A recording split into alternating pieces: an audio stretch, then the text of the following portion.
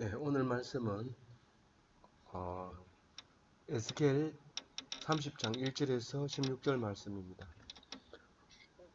또 여호와의 말씀이 내게 임하여 이르시되 인자야 너는 예언하여 이르라. 주 여호와께서 이와 같이 말씀하시되 너는 통곡하며 이러기를 슬프다 이 날이여 하라. 사실상 그 에스겔서는 29장에서 이제 마지막으로 멸망하는 이스라엘이 멸망하는 그 모습을 이야기하면서 어, 더 이상은 얘기하지 않는 그런 시간을 갖습니다. 다시 말해서 어, 포로 된 지 27년째에 그 이집트는 보상받으리라 얘기를 먼저 해놓고 오늘 30절에 와가지고 이제 이집트의 멸망에 대해서 다시 한번 얘기합니다. 다른 말로 얘기하면 29장까지가 일단 에스겔서는 말하고자 하는 것을 다 했어요. 다 27년. 27년 이 뒤부터는 에스겔은 지금 이제 더 이상 말씀하지 않습니다. 그럼 뒤에 나온 건 뭐냐? 뒤에 나온 거는 27년 되기 전에 포로된 지 27년 되기 전에 써놓은 것들을 뒤에다 기록을 하는데 그 기록이 이제 오늘 첫 번째로 30장 얘기가 오늘 나오게 되는 것이죠. 그러니까 어, 어, 이집트의 멸망에 대해서는 다시 얘기하는 겁니다. 다 쓰고 난 다음에 부족한 부분을 다시 쓰고 있는 건데 중복되는 것이 상당히 많습니다.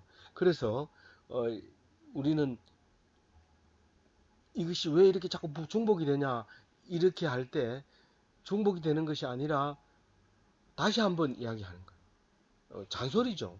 우리는 아버지가 얘기하면 잔소리입니다. 왜냐하면 아버지가 얘기하는 건 다 똑같아요. 열심히 해라, 정성 들여 해라, 뭐 그래야 살아남는다, 이길 수 있다, 뭐 안 아프다, 무슨 높이 올라 진급할 수 있다, 월급 많이 받을 수 있다, 이런 것만 가르쳐 주죠.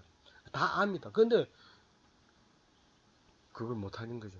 그거 다 할 수 있으면은 뭐 벌써 해버리고 그만이지.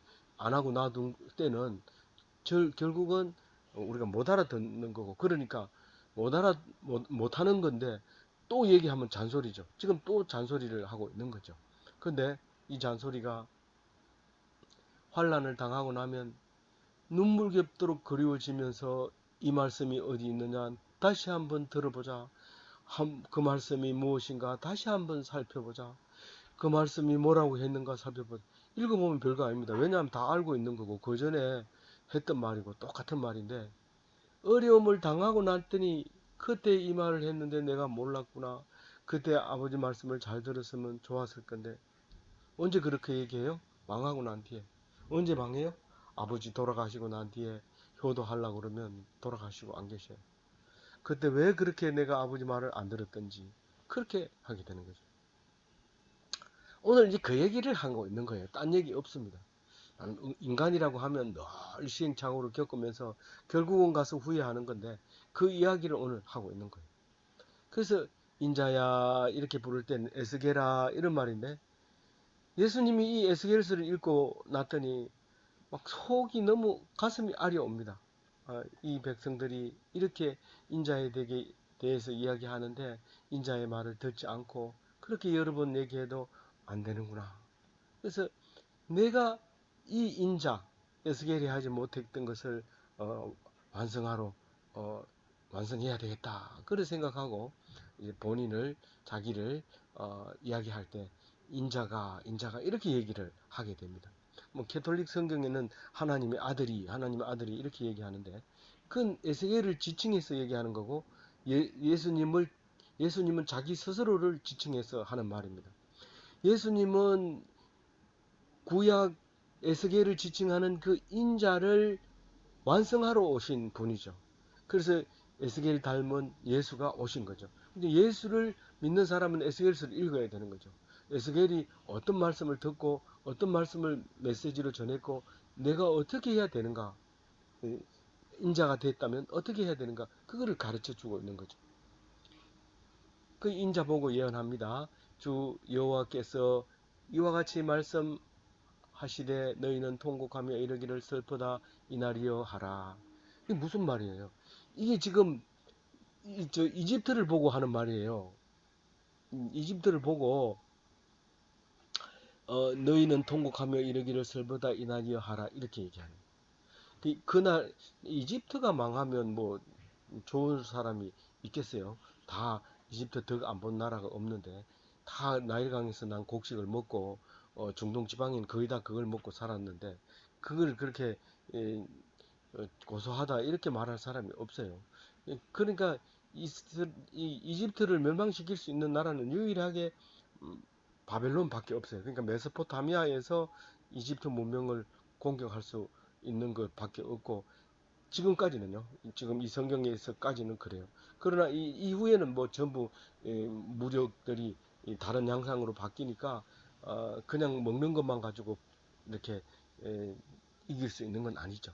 어쨌든 이 애굽을 물리칠 수 있는 것은 바벨론밖에 없는 상태인데 그게 이제 멸망하게 되는 이야기를 얘기합니다. 근데 슬픈 이날이여 했는데 그 이날이 그날이 이제 가까워 오는 거죠. 3절에 그날이 가깝도다. 슬픈 날이 가까운데 그 슬픈 날은 여호와의 날이고 구름의 에, 구름의 날이고 여러 나라의 때라. 그러면 이 뭐 이집트에 국한되어 있는 게 아니고 온 나라에 구름 같이 이렇게 어두운 날이 되는 거고 여호와께서 일하시는 날이다. 그럼 오늘 제일 마지막에도 말하고 중간중간에 거물처럼 넣어놓은 말이 에, 내가 여호와인 줄 그들이 알리라. 그 말이 거물로 엮여 있습니다. 이 에스겔서 전체가 이렇게 그 말로 이렇게 사이사이에 넣어서 안 빠지도록 탁 거물로 쳐져 있습니다. 그러니까 어, 여호와의 날이라는 것은 여호와께서 일하는 날이라는데 이 여호와께서 일한다는 얘기는 상당히 우리들에게는 환란의 날이라는 겁니다. 왜 여호와의 날이 환란의 날이 돼야 됩니까? 뭐 계속 이 에스겔서에서 얘기하는 얘기지만 너희들이 고난 안 받고 하나님이 있는 것을 알 수가 없다. 고난을 안 통하고 알 수 있는 방법은 없다. 높은 사람이 돼가지고 하나님 말씀을 선포할 수 있는 사람, 그건 뭐 특별히 무슨 무슨 특별한 거 아니고는 그 불가능한, 그거는 하나님이 그렇게 안 하신다는 거예요. 절대로. 높은 사람, 건강한 사람, 잘생긴 사람, 또 죄송합니다. 이 잘생긴 사람도 신앙 좋고 부자도 신앙이 좋고 그런데 신앙 좋은 거하고 하나님이 하신다 하는 것을 알려주는 거하고는 다릅니다. 어쨌든 환란을 통해서 내가 여호와인 줄 알게 되리라 그 말을 하는데 그게 여호와의 날이에요. 어려운 구름이 낀 날, 그날이 여호와의 날인데 4절에 보면 애굽에 칼이 임할 것이라. 애굽에서 죽임당한 자들이 엎드러질 때에 구스에 심한 근심이 있을 것이며 애굽의 무리가 잡혀가며 그 터가 흘릴 것이요. 애굽이 이제 그 바벨론 군대가 쳐들어가서 칼을 휘두르면 사람들이 다 죽어 엎드러지고 구스는 제일 남쪽인데 남쪽은 이제 상류입니다. 상류에 있는 그 이디오피아는 이집트만 믿고 있었는데 급하면 곡식이 떨어지면 이집트에 가서 곡식을 가지고 오고 옷감이 필요하면 거기 가서 구하고 이랬는데 그게 멸망하고 나니까 이 사람들이 자기들을 쳐들어올 것 같으니까 불안한 거죠. 그래 근심에 쌓여 있는 거죠.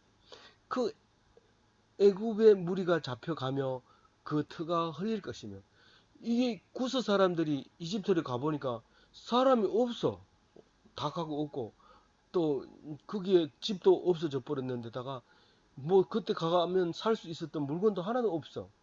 그렇게 돼 버린 거죠.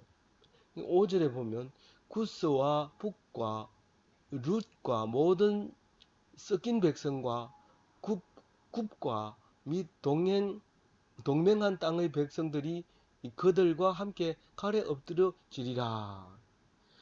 애굽에 관련된 사람들은 다 애굽의 모든 것이 엎드려지는데 구스도 그 속에 들어 있는 거예요. 구스.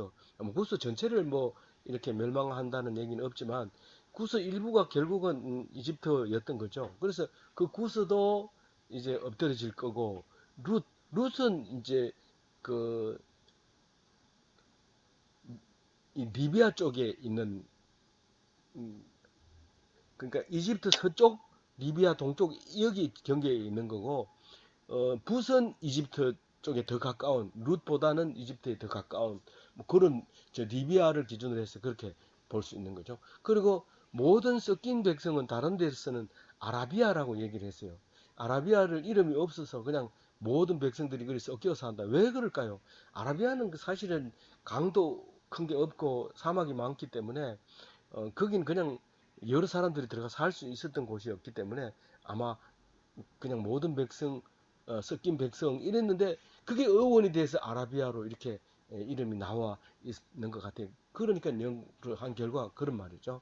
그래서 아라비아와 또 굽, 굽이라고 했는데 이 굽은 한 군데밖에 안 나와요. 그래서 굽이라는 것은 오직 애굽의 아무도 모르는 땅 오지 이, 어, 어, 이 어느 지역에 가도 그런 게 있을 거예요. 아주 깊은 산중이 있을 수도 있어요. 어, 우리 고향에 가면 아주 깊은 산중이 있는데 어, 아주 무식한다고 표현할 때 그 동네 이름을 막 이렇게 들춰내기도 하는데 그 오지에 있는 굽 땅도 결국은 멸망하게 되고 이 이집트하고 동맹했는 백성들도 다 망하게 된다. 그 얘기를 하고 있습니다. 6절에 보면 애굽을 도우는 사람들도 다 망하는데 왜냐하면 애굽의 그 애굽이 망하기 때문에 다 이제 망하게 되죠. 도우러 오는 사람들. 그리고 애굽의 교만한 권세를 꺾는다. 6절 보면 여호와께서 이와 같이 말씀하셨느니라 애굽을 붙들어 주는 자도 엎드러질 것이요 애굽의 교만한 권세도 낮아질 것이라 믹돌에서부터 수에네까지 무리가 그 가운데에서 칼에 엎드러지리라 주 여호와의 말씀이니라. 이 6절 말씀은 밑돌은 말 그대로 요즘 수에즈 운하 있잖아요. 수에즈 운하. 저기 홍해. 거기 그러니까 밑돌이라고 보시면 되고 수에네는 반대편 그러니까 남쪽 저 끝에 가면 구스가 있는데 거기가 수에네고 수에즈고 이러니까 남북이 전체를 얘기하는 거죠. 거기 다 칼에 망하게 된다. 그렇게 얘기하면서 7절에 그 나라는 그냥 황폐하게 되고 성읍들은 사막이 된다. 8절에 불을 일으키고 돕는 자를 다 태울 것이다. 이 불을 다른 게 힘을 쓸 때는 힘센 사람이 이길 수 있지만 불을 이길 수 있는 사람은 없어요. 그래서 불을 태우면 불을 도와줄 수 있는 사람이 없어요. 이집트에 불이 나면 돕는 사람들이 다 타버리거든요. 그리고 이제 9절에 보면은 애굽을 돕는 구스에게도 재앙의 날이 되리라. 이제 구스가 앞에도 나오고 지금도 나오고 이제 구스 얘기가 계속 나오고 있는데요. 이디오피아 구스는 거의 이집트나 마찬가지인데 남쪽 병방이다 이렇게 생각하면 되죠. 그래서 나중에 그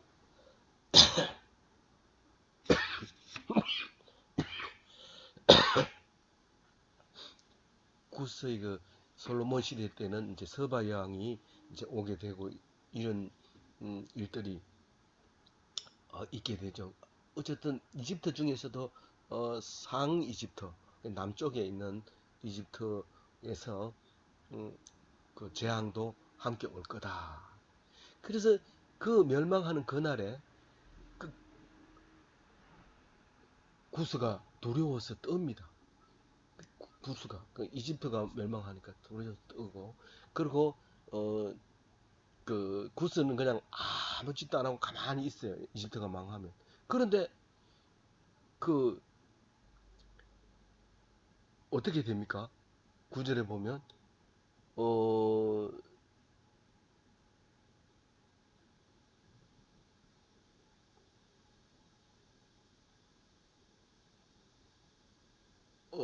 그날 구절에 보면 그날의 사절들이 내 앞에서 배로 나아가 염려 없는 구스 사람을 두렵게 하리니 애굽의 재앙의 날과 같이 그들에게도 심한 근심이 있으리라. 이것이 오리로다. 이렇게 얘기하죠. 그 날이라고 하면 이스라엘의 명망한 날인데 내 앞에서 배로 나아가 이랬어요. 이 구스는 원래 산 높은 지형을 가지고 있어요. 그러니까 이디오피아는요. 그 청라일 이래 발원지가 거기 있기 때문에 지대가 굉장히 높아요. 그래서 보통 갈 때는 걸어서 가야 육로로 가야 되는데 이 물론 바다를 끼고도 있기 때문에 육로로 안 갑니다. 이 누가요? 바벨론 사람들이 구스에도 사람을 보냅니다. 사제를 보낸다고 얘기했는데 이 싸우러 가건 망하러 가는 건 아니에요. 망하러 가는 건 아니고 사제를 보내는 배를 타고 보냅니다. 쏜살같이 배를 타고 이제 그때는 뭐 엔진이 없었지만 배가 빠르거든요. 쏜살같이 배를 타고 구스에 가가지고 얘기를 합니다. 바벨론 사람의 사신인데 사절인데 너희들 항복해라. 그런 게 좋을 거다. 안 다치고 이렇게 이제 하는데 그 소리가 얼마나 두렵겠어요. 구스 사람을 두렵게 했다. 이제 그렇게 얘기를 하고 있습니다. 그럼 그 소리만 듣기만 해도 근심이 오죠. 결정도 안 하고 그냥 그 소리 듣는 순간 막 힘이 쫙 빠져가지고 기절할 사람도 있고 막 그렇죠. 그렇게 된다는 겁니다. 그리고 10절에 보면 주 여호와께서 이와 같이 말씀하셨느니라 내가 또 바벨론의 느부갓네살 왕의 손에서 애굽의 무리를 끊으리니 바벨론 느부갓네살이 가가지고 이집트 사람들을 막 이렇게 칼질하면은 무리 자체가 없어요. 이집트의 무리는. 그러니까 떼거리로 모여 다니는 건 없어요. 떼거리를 왜 돌을 다닙니까? 힘을 얻으려고 가는데 그 집회의 자유를 주지 않는 거죠. 못 모이는 거예요. 그렇게 해서 이제 그 말이 이제 10절 말씀이고 11절에 그가 여러 나라 가운데서 강포한 자기 군대를 거느리고 와서 그 땅을 멸망시킬 때에 칼을 빼어 애굽을 쳐서 죽임 당한 자로 땅에 가득하게 할 것이다. 이 이집트로 갈 때는 특별히 정예 군대를 데리고 가는데 살인 경험이 있는 사람들만 데리고 가서 닥치는 대로 죽여라. 뭐 봐주고 뭐 상황 보고 이런 거 없다. 무조건 죽이라. 그래서 시체가 그냥 너절분하게 되는 모습을 보게 되는 거죠. 12절 내가 그 모든 강들을 마르게 하고 그 땅의 악인의 땅을 악인의 손에 맡게 팔겠으며 타국 사람이 손으로 그 땅과 그 가운데에 있는 모든 것을 황폐하게 하리라. 나 여호와의 말이니라. 어 그러니까 이게 전쟁으로 한다고 하면 사람이 한다고 생각할 수도 있어요. 그런데 하나님이 한다고 하는 것을 보면 강을 그냥 마르게 해버리는 거예요. 그 엎친 데 덮친 격으로 난리에 난리를 어, 더하고 이렇게 할 때 거기 안 그래도 뺏겨가지고 전쟁이 나서 먹을 게 없는데 강까지 마르니까 아주 위험하죠. 그래서 강을 마르게 하고 그 땅 자체를 아예 다른 사람이 와서 살도록 그렇게 만들어버려요. 팔겠으며 사람들이 손으로 그 땅과 그 가운데 있는 모든 것을 황폐하게 하리니 자기들은 여기 와서 농사 짓는 법도 모르고 농사 지을 생각도 없고 있는 거를 먹으니까 전부 황폐하게 되죠. 뭐 남김없이 아낌없이 먹을 치우니까 아주 황폐하게 됩니다. 13절에 주 여호와께서 이와 같이 말씀하셨느니라 내가 우상들을 없애며 신상들을 높 가운데에서 부수며 애굽 땅에서 왕이 다시 나지 못하게 하고 그 땅에 두려움이 있게 하리라. 그래서 이 높 땅에는 그 고센 땅 그러니까 삼각주 있는 부분에 높이 있는데 거기에 그 우상들을 전부 집합시켜 가지고 싹 불태우고 없애버리고 그렇게 하겠다는 거예요. 노베에서 주로 신상들이 많이 있었는데 거기서 이제 다 없애버리겠다 그런 말을 하고 있는 겁니다. 그러니까 왕을 못 세우니까 늘 두려움이 떨게 되죠.